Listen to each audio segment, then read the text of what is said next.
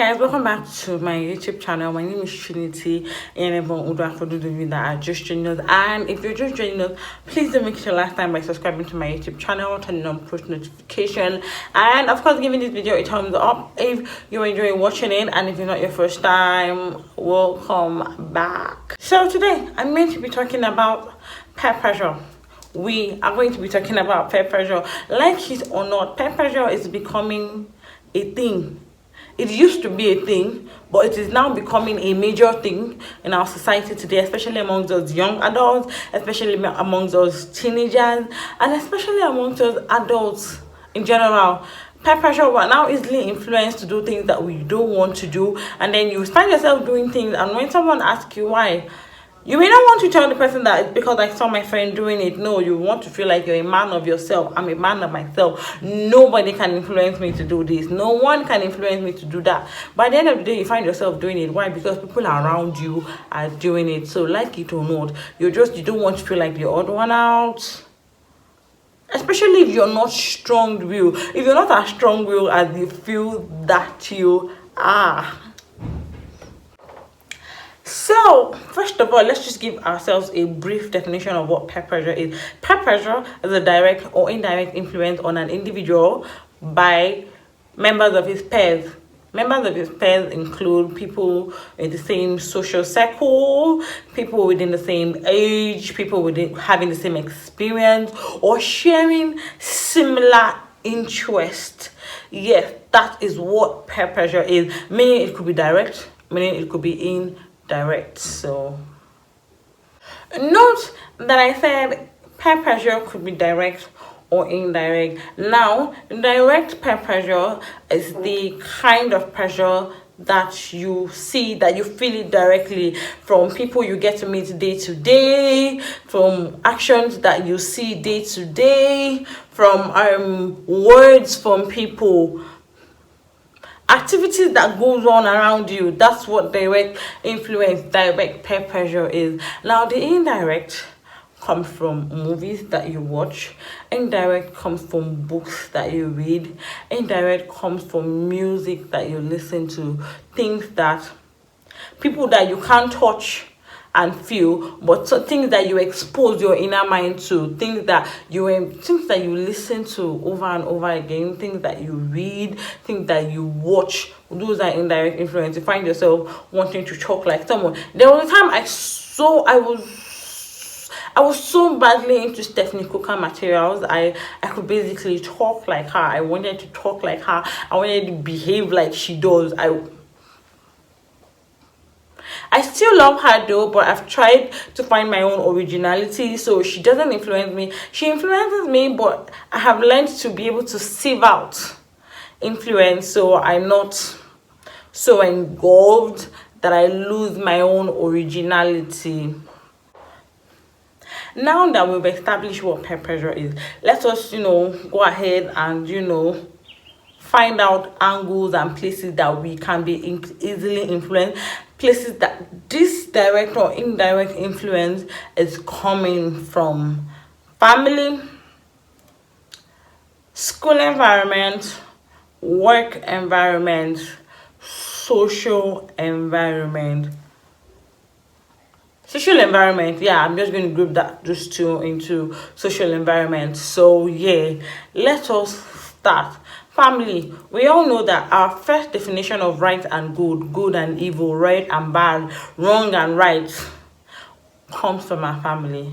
If our father or mothers or aunties or shelter or homes, people that raise us, believe that this is wrong, we will always believe that that is wrong for as long as we are under their shelter, except we start getting exposed to other values, and then maybe what they've been saying is wrong, or you feel that what they've been teaching you is wrong, and then you try as much as possible to break out from it. That's it. The first foundation, that is where peer pressure starts from.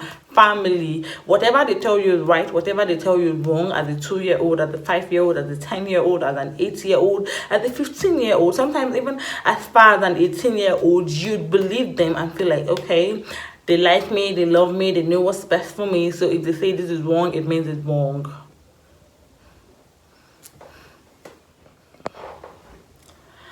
Another place that I mentioned was school environment. School environment, you're going to school. If you're a student, you spend at least maximum from basically 8 to 2, 8 to 3 in school. You meet people, you interact with people. People don't come from your own kind of background, so they have backgrounds that they come from. Those backgrounds have their own definition of what is good and what is bad, what is right and what is wrong. And then they come, especially if they are strong-willed, or they have this influential aura around them. They tend to do things confidently, and then you're like, okay, so what you're trying to tell me is what I think is wrong, you think is right.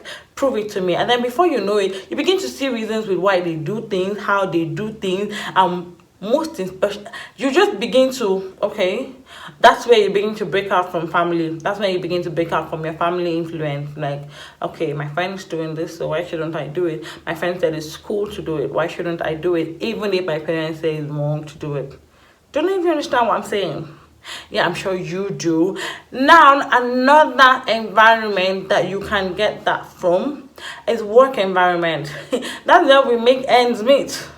That's where we get the dough. That's where we get the money. So if you have to act in some certain type of way in the office, or you have to act in some certain type of way on the field, like it or not, if you are not a strong person, if you're not a strong-willed person, you find yourself beginning to adapt those ethics from work into your own personal life, and then it begins to affect you either positively or negatively. I've watched a couple of actors and actresses interviews where they've asked them similar questions like, okay, how did you break out from character? How did you get into character? I remember someone specifically saying that sometimes after a movie role, he likes to take a really long break, maybe like 2-3 days, 4 days, where he's just alone, because sometimes he feels like if he comes out of set and goes directly into normal day-to-day activities. By the way, he is married. He said he tends to behave like the character that he just acted. If the character was mean, he just finds himself being unnecessarily mean. Or if the character was a lousy type, he just finds himself being unnecessarily lousy. Sometimes it's his wife. He said it's his wife that gets to call him back to order. I'm like, okay, you just got out of set. This is not you. Snap back. That is what I'm saying. Work environment can be really, really, really, really influential. The next thing, I think the last place that I mentioned was social environment. Your social environment could be like your we outside clique of friends, or your worship center, places that you go for spiritual edification, spiritual upliftment. If you're a Christian, or you're a Muslim, or you're a pagan, we all agree with me that we have different ways at which we do things. So you go to church and then you're told, we love your neighbor as you love yourself, don't do this, don't kill, don't do that. And then maybe your own another spiritual setting, another person with a different spiritual setting comes, and if people clash, and the person will be like, they said, when someone offends you, turn your right cheek, and then the person tells you, no, when someone offends you, open up and speak up. That was not what the Bible meant. If I just start beginning to question, okay, I should call up, I should stand up for myself, I shouldn't take some certain things. You know, all the stuff, you know what I'm talking about. And then the we outside clique or social circle, friends that you hang out with, you go clubbing, you go wine tasting, you go book shopping, you go clothes hunting, you go whatever it is, you go adventure hunting, whatever it is that you do with your spare time. Then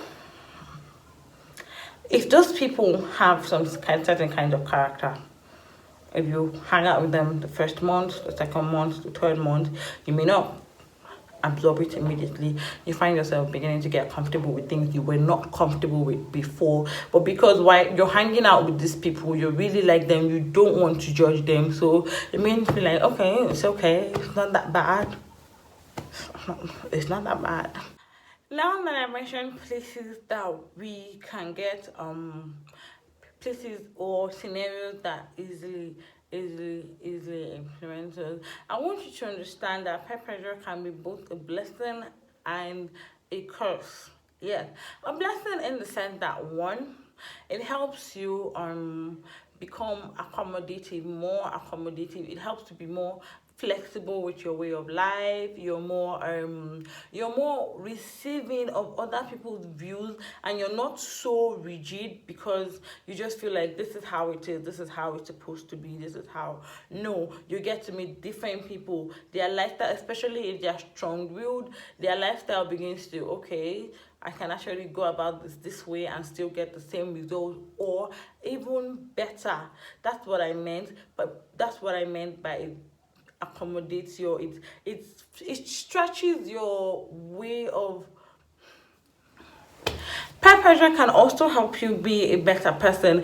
If you grew up in a toxic environment from your family influence was quite the toxic type, and then you begin to mingle with people who are trying to be better day by day. Someone who grew up in an almost perfect, healthy family, someone that can basically not can fish you out in your most toxic situation, and then maybe you're willing to stay with the person, you're in love with the person, or you're going to have to work with the person, or you're going to be seeing this person from day to day, and you have to establish a cordial relationship with the person. You'd find yourself wanting to be better. You'd find yourself wanting to stop yelling at people. You'd find yourself wanting to stop being unnecessarily mean to people. You'd find yourself wanting to just quit being an a-hole.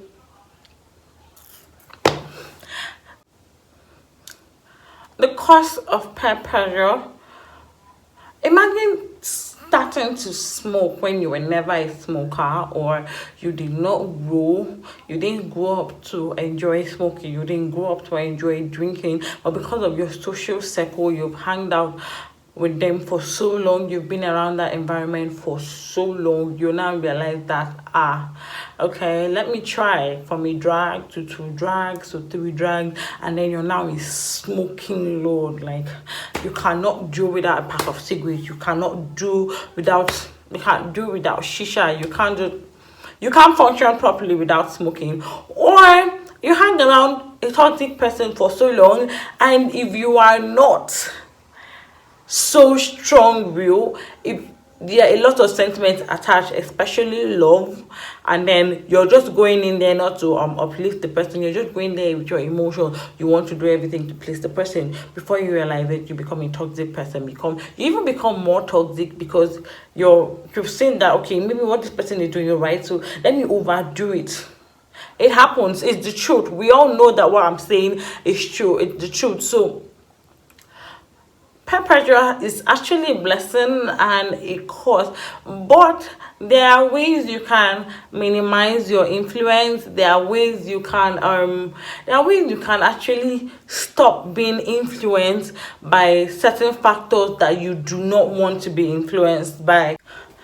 So now that we've established that being pressured is both a blessing and a curse, it's safe to say that there are ways that this can be minimized, and there are ways that influence too can be maximized. So we're going to be talking about the two simultaneously. First of all, identify where this influence is coming from. If you feel that, okay, this is not me, I'm doing something that I shouldn't be doing, why am I doing it? Why have I started using swear words? Why have I started speaking so lousy? Why am I so lousy now? Why do I smoke too much? Why do I do it? Identify where the pressure is coming from. Identify where the influence is coming from. Is it coming from your friend? Is it coming from work environment? Maybe after work you get to chill out with your colleagues before coming back home. Is it coming from your social circles, your we outside circle, and all that stuff? Identify where your bad habit influence is coming from.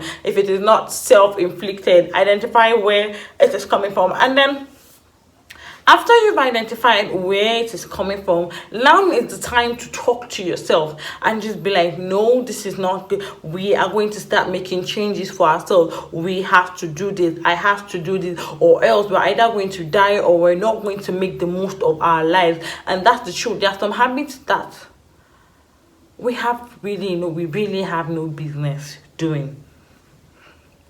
we really have no business with it at all. If we want to live long, or we want to maximize some certain things in our life, there's some habits we really have no business doing. So have a proper TED talk with yourself.